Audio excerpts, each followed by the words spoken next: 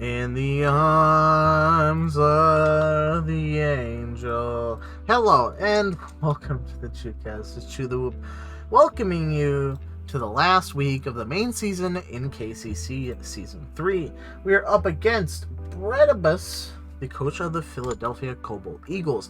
His team consists of heroes, Paleozoics,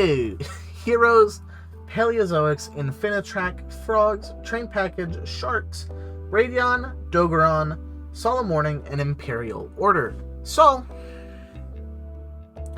we've locked playoffs, but there's a chance we could get 4 seed or most likely 3rd seed. So, the ways we get 4th seed, there's also a chance we get like 2nd or 1st seed. It's really dependent on the Endless getting 6-0'd by Pikachu's. Heck fucking W. Anyway, we get 3rd seed by winning versus Brett, and we get 4th seed by getting like 6-0'd by Brett. I don't want to feed his ego, so we're not getting 6-0'd by Brett. So we're gonna try to win. Brett has brought the same 3 decks every week: Hero, PaleoFrog, Infinitrack Train. So it's pretty obvious what we're citing and how we beat him. I'm not even gonna bring Raid Raptor this week. I'm that fucking confident, bro. We're bringing Dino package because fucking Dino, bro. OTK. Brr. We're bringing chat effects because we wanna fucking style on somebody for once with chat effects, and then we're bringing some work because I guess Metaman built this deck. It's actually kind of decent. So, I expect Brett to bring the same 3 decks: Hero, PaleoFrog, Train. What else is he gonna bring? Fucking Shark? Keck W. Anyway, let's hop into the games. Match 1 is Dinosaur versus Hero. Brett makes us go first, and we start by fossil digging for Misk and Ovi. Activating Misk, then summon Ovi, adding Baby. We Misk for Arco, popping the Baby in hand to special summon another Ovi, as we started with the Rex in hand. We make Granite, adding Keystone to hand, which shuffles Misk to summon, and we're able to get to our desired board state, a Simorgh statue of UCT, with Misk shuffled back in deck for later. Brett activates a Hero Lifts for Stratos, adding a Dusted Gold to hand. He E-calls for a Solid Soldier, then activates a Dusted Gold for Dark Calling. He summons Solid Soldier, then mash changes into Blast, targeting UCT with the effect. As he moves into Battle Phase, we activate UCT, popping Rex to flip his entire board face down, forcing him to pass, which lets us swing in for lethal.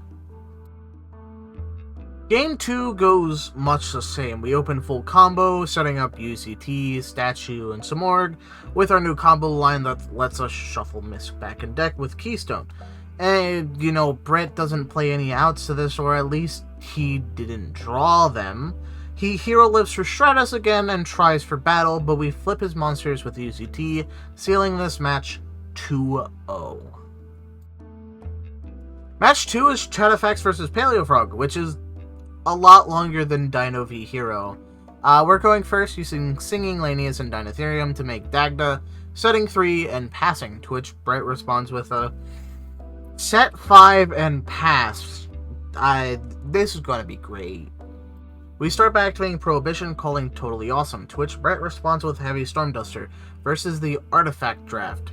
Keck fucking W. We chain Dagda, setting a Scythe, and Brett chainlink for his Compulse, bouncing Dagda to the extra deck. The game goes on like this for like 10 turns. Neither of us can really do anything because fucking monkey mirrors are fantastic. We top deck a Mimicry at one point, trying to push for any semblance of fucking interaction, but it gets compulsed back to hand, forcing us to pass.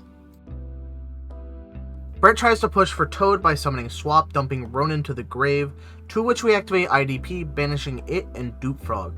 On our turn, with no interaction, we're able to use our Raid Raptor engine, getting to Dagda Durandal. We swing in, to which Brett activates a Mirror Force, which forces our Durandal, get it? And he pops our Waking the Dragon, allowing us to summon Majestic Star Dragon. Unfortunately, Brett activates Deep Dark Trap Hole, which forces Majestic Star Dragon's effect, allowing us to swing in for a large chunk of damage. Brett just sets a card and moves to the end phase, to which our Scythe pops. On our turn, we move Scythe to defense, cautious that he might have set a Mirror Force, to which my assumption was correct. Brett then summons a Lilith, swinging over Scythe, then activating the effect to set another card. Moving to end phase, where a bunch of our fucking artifacts pop. Once again, we move one of our artifacts to defense, suspecting a Mirror Force, but are met with a Dynamicious. In main 2, we summon Mimicry, finally, for the first time probably ever, activating the effect to make it a 5, then summon Durandal and pass. With continuous draws of trap cards off the top, Brett can't really stop us, and we're able to finally make a meaningful push and swing for game 1. The next 2 games are going to be summarized because I don't fucking feel like sitting through this monkey mirror at 3 a.m. Game 2, Brett is going first, setting his entire hand and passing.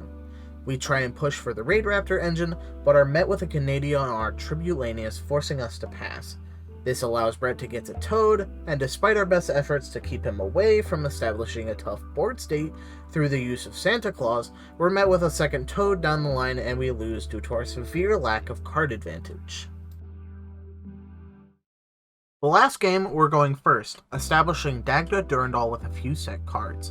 Brett sets his hand and the grind game starts. The large turning point in this game happens when we start swinging in, and we're met with like a chain link 6 or 7, essentially popping both of our back row and putting us far ahead on card advantage. We're able to slowly ride this advantage, dealing with Brett's every attempt at trying to get a foothold in this game, and eventually we're able to swing in for the match and a 2-1 victory.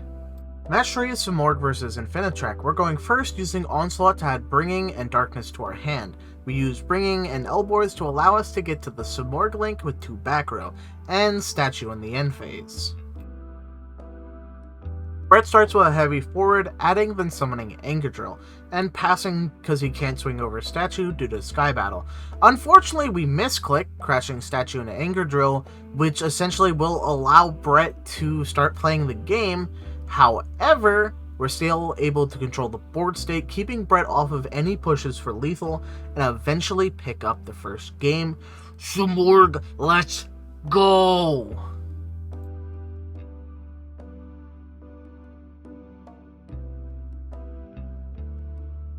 Game 2, we're once again going first, which is odd considering that we want to go first. We're able to use our hand to get to the Simorgh link plus Statue, but unfortunately we're unable to end on Sky Battle, which means our Statue is very vulnerable. But it should at least keep Brett off of, lethal for a turn. Brett is able to swing over Statue with an Anchor Drill, then start popping off, despite our IDP ending on River Stormer and Super Express Bullet Train. Unfortunately, we're not able to win on our turn, doing our best to beat over his board, but Brett is able to swing for lethal on the following turn using the Express Bullet Train and Pegasus to make Gustav Max into Liebe. Lastly, Game 3, we're going first, and we don't really need to win this because we've locked 3rd seed in playoffs, but I want Simorgh to have a decent record. We're able to use our godly hand to summon 2 baby birds, making Pentastag, and recurring one of them to make the Simorgh link. Set double Sky Battle, summon Dark Simorgh, then summon Statue in the end phase. Once again, Brett can't really deal with a Statue protected by Sky Battle. We're able to clean up the game pretty quickly, and we don't even have to deal with any semblance of a Mirror Force because he can't set cards. Let's fucking go. Well, that's the end of the main season. Commentator Connor can't make it today. He's a little sick, and he's also preparing for the playoffs. So, I will go over the rankings, the final rankings. We have Endless, 1st seed in Blue Division, 8-2 plus 26. In 2nd place, we have Kylo, 8-2 plus 25. We have me in 3rd at 7-3 plus 16. And Breadboy at 6-4 plus 10. Onyx, Pikachu, Shiny, and Brett all missed out on playoffs. And in the Slifer Red Division, we have Leo at 8-2 plus 31. We have Trey at 8-2 plus 19. We have CB at 6-4 plus 5, and Shadow just inching out versus Starfish Well, inching out would be an understatement. Shadow fucking demolished him at 5-5 plus 12. Leo took another L because, you know, they didn't schedule because the Leo and Trey game didn't matter. But anyway, so the quarterfinal games are looking as in the the Obelisk Blue division, we have Endless versus Breadboy and me versus Kylo. I'm going to fucking hate it. In the Slifer Red division, I can't speak tonight. We have Leo versus Shadow and Trey versus CB. Now, next week you'll be seeing Commentator Connor, and he's going to be going over all of the games because, you know, if we lose in quarterfinals, there's going to be no content either. So, Commentator Connor is just going to go over the entire fucking playoffs, essentially, in the 3 weeks it takes. So, I hope you all enjoyed, and I hope you all enjoy playoffs. Let's get this bread. I want to break my fucking playoffs curse. I hope you all enjoyed. Comment, rate, subscribe. It really helps out the channel. And if you want to see more, you know, where to look. Bye-bye.